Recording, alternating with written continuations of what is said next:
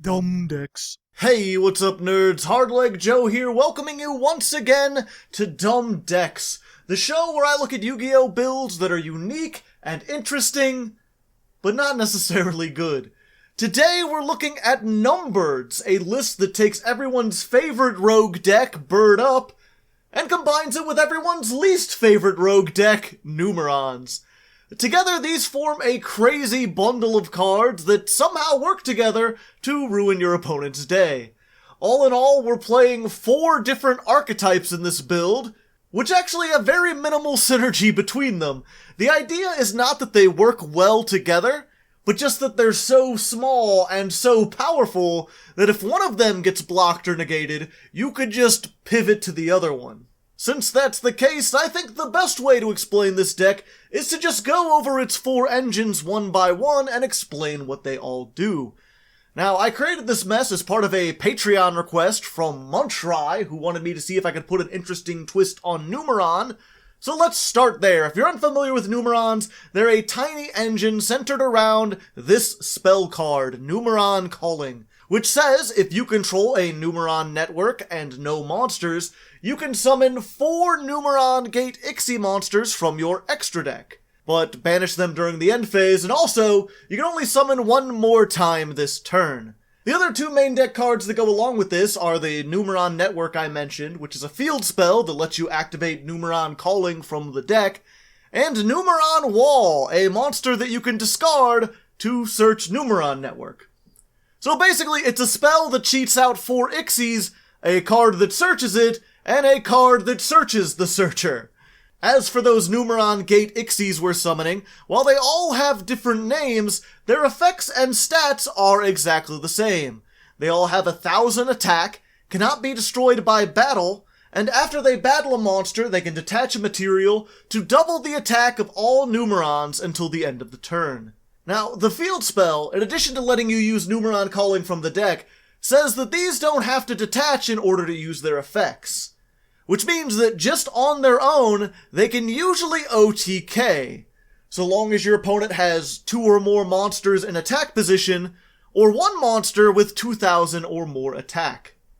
This is because, if you attack a monster with 1 gate, the remaining 3 gates double their attack power and become 2,000. Attack with 1 of those, and the other 2 double to 4,000. This should allow them to beat over anything, and when they do, the last gate doubles to 8,000, which should be more than enough to wipe out your opponent's remaining life points. Of course, your opponent won't always have the proper board state to allow this combo, but if you can't attack for game, there's a ton of other monsters that you could summon by using these gates. For example, one of the gates, literally named Number 1, can rank up into Number C1, the Numeron Chaos Gate. This thing banishes all monsters on the field when it's summoned, and then, during the next standby phase, burns the opponent equal to the combined attack of all banished Ixie monsters. Which should be at least 3,000 if you banished your other 3 gates, and could be much more if your opponent is running an Ixie deck. If they aren't running Ixies, then you could link away 3 of the Numerons to make Mega Clops, a 4,000 beater that is unaffected by all monster effects, except Ixies. And if neither of those fit the bill, there's always Avramax, which is probably the sturdiest link 4 you can make going second. Or there's Utopic Zexal, which can detach to effectively skip your opponent's turn, preventing them from doing anything but summoning monsters. Most Numeron decks play with the intent of going first and sitting on this thing, and while that is a strong combo, it's kind of boring. Which is why I set out specifically to make a blind second version of Numeron that is focused less on lockdown and more on playing into established boards. You can see this reflected in our small Kaiju engine. Not only do these remove monsters from the field so you can do your Numeron shenanigans in the first place, but it sets up for an OTK by giving your opponent a monster with 2,000 or more attack, something you can crash all your gates into. Along with these 4 low-attack Kaijus, we also have Interrupted Kaiju Slumber, which can be used to bait out negations, or just as a board wipe if your first attempt to make plays gets disrupted. After that, we've got our biggest engine in the deck, which is Lyrilusc and their friends. These are a bunch of level 1 monsters who swarm the field and allow you to easily make rank 1 Ixies. You can use these to make the Numeron gates if you want, ideally number 1 so you can go into C1 and banish everything. But 99% of the time, you're going to be making their in-archetype boss monster Independent Nightingale. This can be made with any number of level 1 monsters, and has a few unique properties. First, it can attack directly. Second, it gains 200 attack for every material attached to it. And third, it can attack once each for every material it has.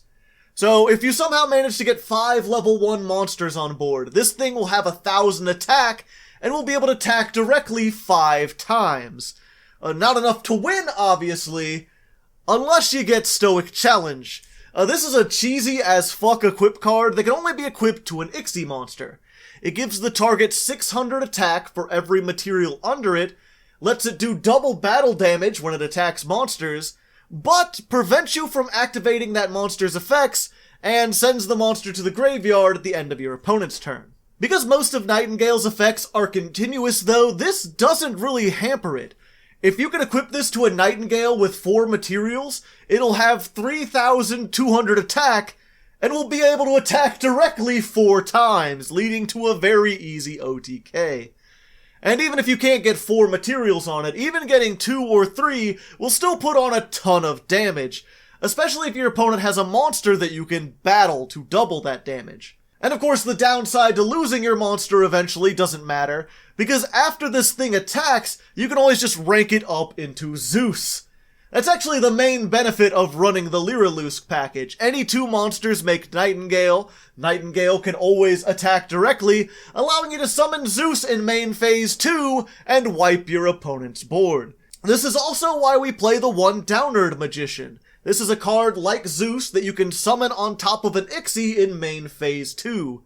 She's not all that useful on her own, just does piercing damage, but going from Nightingale into Downerd into Zeus will give him 4 material, allowing you to easily nuke the board twice. But yeah, the final part of our deck is the Tri-Brigade package. If you're somehow unfamiliar with this archetype, it's centered around supporting a trio of types: Beast, Beast Warrior, and Wing Beasts. All 3 of them share the same effect, which is that once per turn, you can banish any number of these Tri-type monsters from the graveyard, and then summon a Tri-type Link, whose rating is equal to the number of monsters you banished. Which, that sounds like a mouthful, but basically what it comes down to is, if you can get 4 of your birds in the graveyard and a Tri-Brigade on the field, then you can banish your birds to summon this guy, who is a 3k beater with a non-targeting banish effect.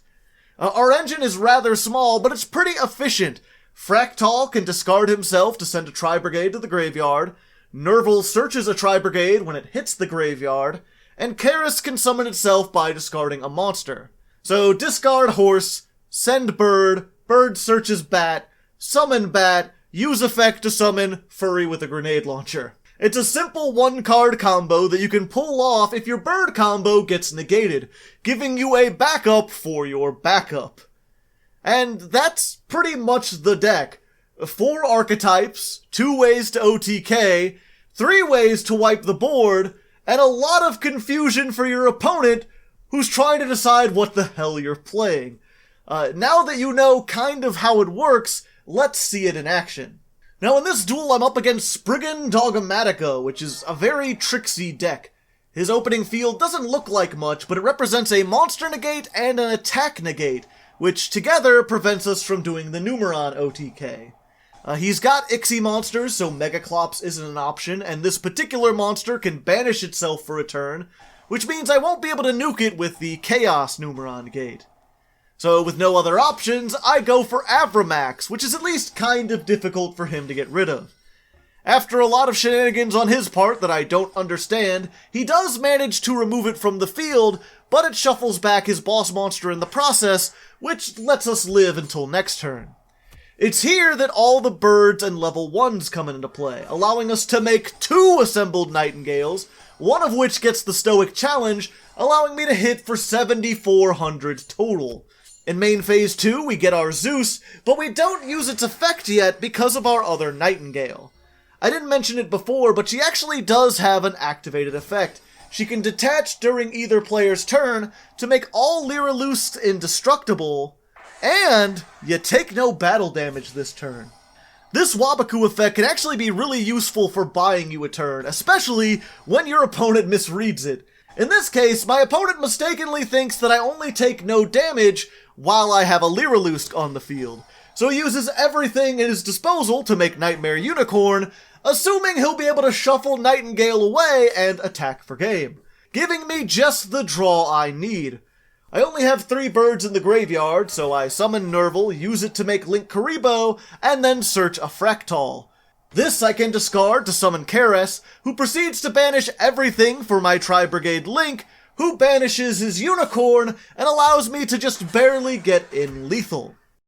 Overall, it's a pretty fun and interactive duel, but unfortunately, it doesn't always work that way. The reason this is on dumb decks and not What-A deck is because of just how inconsistent it is. Like, yeah, if you open with Numeron Wall, a Kaiju, 3 birds, and a Tri-Brigade, then you can easily play through several forms of disruption and still OTK your opponent, or at least nuke their field while still having resources yourself. Half the time, though, you just get all birds, or you just get the Numeron package, and then once your only play gets negated, you have to pass without a follow-up. The meta version of Bird Up kind of has the same problem, and it only plays the birds and the Tri-Brigades. Adding Kaijus and Numerons to the mix might give the deck a higher ceiling, but it also results in far more dead and wonky hands. Plus, from a non-practical standpoint, if you go first with this deck, all you can do is sit on Zexal, which is not that fun to do. It's basically one step above Mystic Mine, which might be powerful, but I still think it's pretty dumb. Regardless though, I hope you liked hearing about this dumb little deck. Give the video a like if you liked it. Subscribe for more goofy Yu-Gi-Oh content in general. And if you want to submit a dumb deck like Muntry did, consider joining the Patreon. Thanks again for watching, and until next time, good luck and have fun. I